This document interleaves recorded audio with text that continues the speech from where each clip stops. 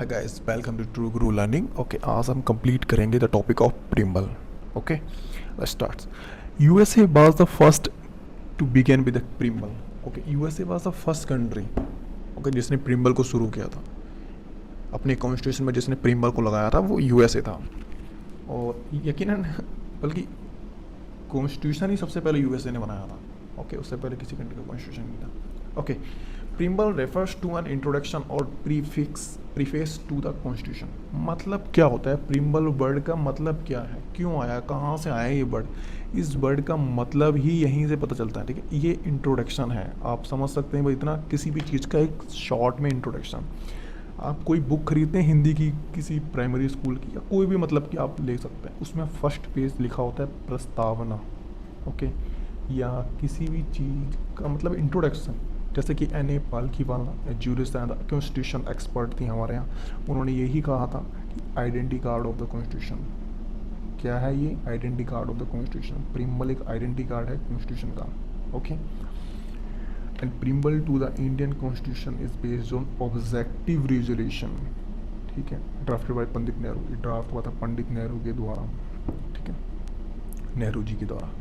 Okay, अभी preamble है क्या, मैं तुम्हें एक बार पढ़ के सुना देता हूँ। ओके, ये है, इसका स्क्रीनशॉट ले लेना, बहुत ही ज़्यादा इंपॉर्टेंट है, बल्कि आनी भी चाहिए सबको, है ना। Okay, the people of India, we the people of India, ये क्या बताता है? सोर्स। ओके, ये सोर्स बताती है कॉन्स्टिट्यूशन का कि इसके कौन है authority. Okay, so we the people of India, हम लोग हैं। Okay, having solemnly resolve to constitute India into a sovereign socialist secular democratic republic. Okay, इन वर्ड्स के मीनिंग में नीचे बताऊंगा सब। ठीक है, फिलहाल अभी पढ़ लेता हूँ। Okay, to secure to all its citizens justice, social, economic and political, liberty of thoughts, expression and belief, faith and worship, equality of status and of opportunity and promote among them all, fraternity, assuring the dignity of the individual and the unity and integrity of the nation. In our constituent assembly this 26th day of November। Okay, ये date remember रखना, बहुत बार exam UPSC में भी और SSC में बहुत बार पूछी जा चुकी है। So 26 day of November 26/11/1949। ठीक है, ओके, 26/11/1949। ओके, सो ये है do hereby adopt enact and give to ourselves this constitution. Okay, अब मैं इसका मतलब बताता हूँ। अब मैं बता देता हूँ ये इसके कंपोनेंट्स क्या हैं। इसके ये मतलब प्रिम्बल बताती क्या है, पहले इसको कवर कर लेते हैं। ओके, ये हैं इसके कंपोनेंट्स। ठीक है, ये 4 इसके कंपोनेंट्स हैं। सबसे पहला सोर्स ऑफ अथॉरिटी, जैसे कि मैंने बताया था, we the people of India, ये बताती है कौन है इसके source, people of India. Nature of Indian state, ये जैसे किसी कंट्री का नेचर बताया जा सकता है, such as Pakistan Islamic country, China is a communist country, but ऐसे इंडिया का बताता है, ये इंडिया का नेचर क्या है स्टेट का। ठीक है, जो कि कॉन्स्टिट्यूशन में लिखा हुआ है। ठीक है, a sovereign socialist secular democratic and republican polity. समझिए इसका मतलब, नीचे बताऊंगा इन वर्ड के, एक एक वर्ड के meaning. Okay, objective of the constitution, third चीज़ ये जो बताती है इसका कंपोनेंट्स, ये है ऑब्जेक्टिव्स ऑफ द कॉन्स्टिट्यूशन। मतलब कि क्या ऑब्जेक्टिव है कॉन्स्टिट्यूशन का, मतलब क्या है। ठीक है, जस्टिस, कॉन्स्टिट्यूशन का मतलब जस्टिस। ठीक है, सबके साथ जस्टिस होना। ठीक है, लिबर्टी, ठीक है, इक्वालिटी एंड फ्रेटर्निटी। ये 4th कंपोनेंट्स ये बताती है कि डेट ऑफ अडोप्टेशन, कॉन्स्टिट्यूशन को अडोप्ट किया गया कॉन्स्टिट्यूशन असेंबली द्वारा, वो 26 नवंबर 1949, जैसा कि इसमें लिखा हुआ है। ओके, अब आगे बढ़ते हैं। अब ये आता है कि is a part of the constitution, क्या ये कॉन्स्टिट्यूशन का पार्ट है या नहीं है। अगर इसकी बात करें तो ये मतलब कि in Berubari union case 1960। Okay, Berubari union case 1960 में क्या हुआ था कि SC laid down that preamble shows the general purpose of the constitution, so it's not a part of the constitution. मतलब कि ये खाली एक इंट्रोडक्शन देती है कॉन्स्टिट्यूशन का, कोई इसमें कुछ पावर नहीं है, कोई आर्टिकल नहीं इसमें है। ठीक है, जो ये किसी को पावर दे कुछ करे, कॉन्स्टिट्यूशन में कुछ ऐड हो रहा हो, कॉन्स्टिट्यूशन को ही एक ब्रीफ इंट्रोडक्शन है। ओके, तो is not a part of the constitution. But in Kesavananda Bharati case 1973, इस केस को बहुत याद रखना, इसके बारे में अच्छे से पढ़ना, मैं वीडियो बनाऊंगा इस पर अनदर, बहुत इंपॉर्टेंट केस है। 1973 इसमें क्या हुआ, Supreme Court rejected earlier opinion and held preamble is a part of the constitution. Okay, इसमें सुप्रीम कोर्ट ने कहा कि ये पार्ट है कॉन्स्टिट्यूशन का। Same like LIC of India case में 1995 में कहा गया कि इससे पार्ट ऑफ द कॉन्स्टिट्यूशन, मतलब इन दोनों में कहा गया कि ये पार्ट है, बट इसमें कह दिया कि नहीं है। ठीक है, बेरूबारी यूनियन केस में, बल्कि अब प्रेजेंट में है ये पार्ट, ठीक है, कॉन्स्टिट्यूशन का। इवन इसका अमेंडमेंट भी हो चुका है एक बार। ओके, प्रीम्बल, अब इसको नोट कर लेना, मैं थोड़ा शॉर्ट में बता रहा हूँ। Preamble is neither a source of the power nor a provision upon the power. जैसा कि मैंने बताया कि कोई भी पावर नहीं है ना इसके अंदर, लेकिन ना ही किसी पावर को ये किसी पे रिस्ट्रिक्शन लगाती है, प्रोविजन कुछ भी नहीं करती ना, ठीक है। And it's non justiciable and that its provisions are not enforceable in court of law. जब प्रोविजंस ही नहीं है तो एनफोर्सेबल कहाँ से, मतलब समझ गए ना। ओके, अब इस पार्ट में जाते हैं हम, ठीक है। इसका अमेंडमेंट हो चुका है कभी? Okay, question arise in case of Kesavananda Bharati case में ये हुआ था कि भाई इन प्रीम्बल का अमेंडमेंट हो सकता है या नहीं हो सकता। सो देखते हैं। ओके, वन टाइम एक बार अमेंडमेंट हो चुकी है प्रीम्बल। ओके, 42nd अमेंडमेंट जो हुआ था, 42nd अमेंडमेंट एक्ट 1976 में, इसमें हो चुके हैं। एंड उसमें क्या हुआ था अमेंडमेंट में, मतलब प्रीम्बल में क्या अमेंडमेंट हुआ उस टाइम पे, वो 3 न्यू वर्ड ऐड करे गए थे, वो ये हैं, इसको पढ़ो, ठीक है। जैसे कि socialist, secular and integrity, 3 word add किए गए थे वर्ड 42nd अमेंडमेंट एक्ट 1976 के द्वारा। तो ये हैं वो 3 वर्ड। अच्छा, इसमें कुछ वर्ड जो हैं वो डिफरेंट सोर्स से लिए गए हैं। सच एज अगर हम बात करें फ्रेंच रेवोल्यूशन की, हम बात करते हैं ideal of liberty, equality and fraternity.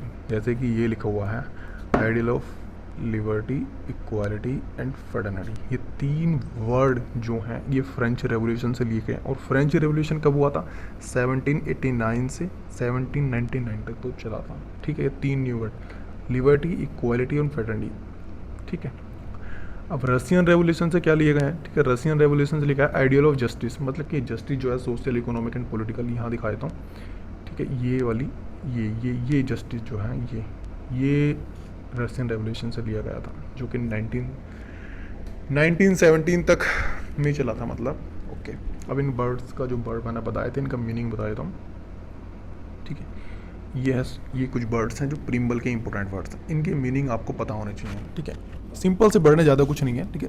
Sovereign का मतलब पता ही होगा कि सोवरेन मतलब कि इंडिया सोवरेन है, खुद में मतलब एक पावर है, इसके ऊपर कोई पावर नहीं है, ठीक है। ये अपने फॉरेन से रिलेटेड सारे डिसीजन खुद ले सकता है, ओके। इसके अलावा कोई अथॉरिटी नहीं है जो इसको रूल करे, ओके। देन आता सोशलिस्ट, इंडिया सोशलिस्ट कंट्री है, ठीक है। अब सोशलिस्ट में भी हमारा जो सोशलिज्म है ना, वो डेमोक्रेटिक सोशलिज्म है, ओके। अब सेकुलर की बात करें, ठीक है, इंडिया सेकुलर है, मतलब कि किसी भी रिलीजन में बिलीव नहीं करती, किसी भी रिलीजन को स्पेशली प्रमोट नहीं करती, स्पेशल कुछ उसे नहीं देती, ये न्यूट्रल है इन केस ऑफ रिलीजन, इसका कोई रिलीजन नहीं है, ओके। अब बात करते हैं डेमोक्रेटिक की, तो डेमोक्रेटिक मतलब क्या? डेमोक्रेसी, इंडिया में डेमोक्रेसी है, ठीक है। अब डेमोक्रेसी जो है ना, वो भी 2 टाइप की होती है, ठीक है। एक डायरेक्ट डेमोक्रेसी, एक इनडायरेक्ट डेमोक्रेसी। हमारी जो डेमोक्रेसी है वो इनडायरेक्ट है। अब आप कहेंगे कैसे, मैं बताता हूँ। जैसे कि हम कौन हैं? हम पीपल ऑफ इंडिया। हम क्या करते हैं, इलेक्शन में किसी को इलेक्ट करते हैं, ठीक है। कोई भी एक MP MLA बनता है, वो हम पे रूल करता है, ठीक है। लेकिन उनको इलेक्ट किसने किया? हमने किया ना। वो इलेक्शन जीते किसकी वजह से? हमारी वजह से ना। तो मतलब हम ही रूल कर रहे हैं ना अपनी खुद की कंट्री पे, तो ये है, ठीक है। सेकंड जो होता है वो होता है इनडायरेक्ट, सॉरी सेकंड जो होता है डायरेक्ट होता है, ये इनडायरेक्ट, ठीक है। Direct democracy such as in case of Switzerland, ठीक है। स्विट्जरलैंड में जो है वो डायरेक्ट डेमोक्रेसी है, ठीक है। पीपल वहाँ पे खुद ही एक्सरसाइज करते हैं पावर्स को, ठीक है।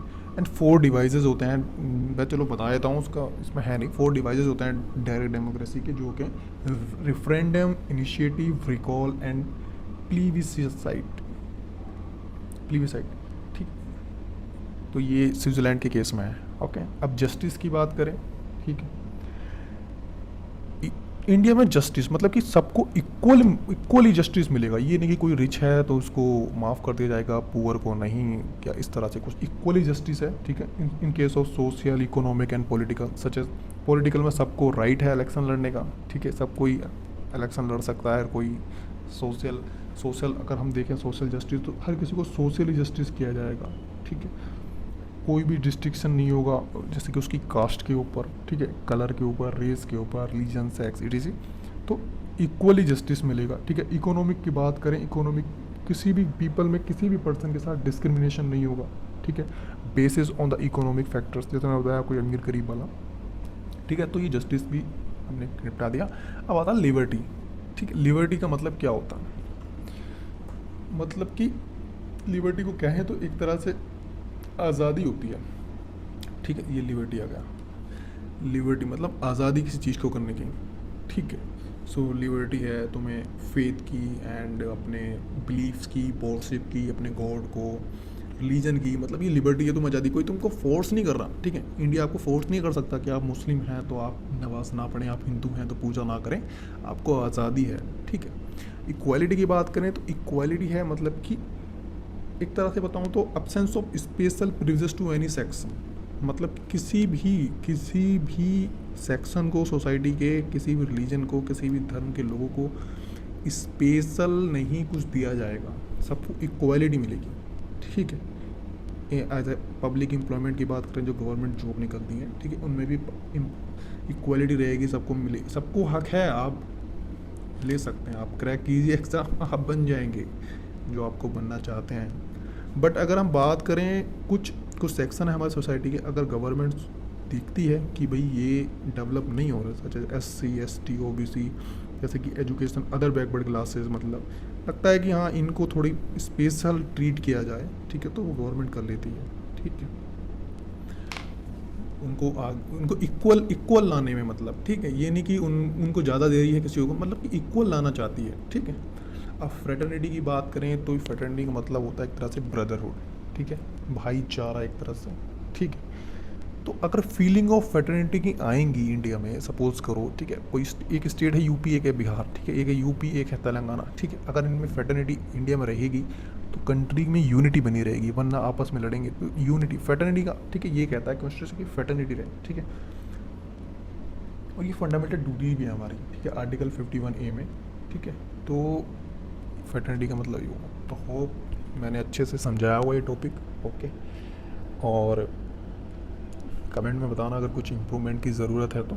बाकी मुझे नहीं लगता इसके अलावा कोई वीडियो आपको देखनी पड़ेगी। कंप्लीट वीडियो है और उसका सोर्स रहा है M लक्ष्मीकांत बुक जो है पॉलिटी की, वहाँ से मैंने कवर किया है, ओके, ठीक है। Thank you. एंड हाँ, चैनल को सब्सक्राइब कर देना, लाइक एंड शेयर कर देना अगर आपको वीडियो अच्छी लगी है थोड़ी सी तो, ओके, बाय बाय।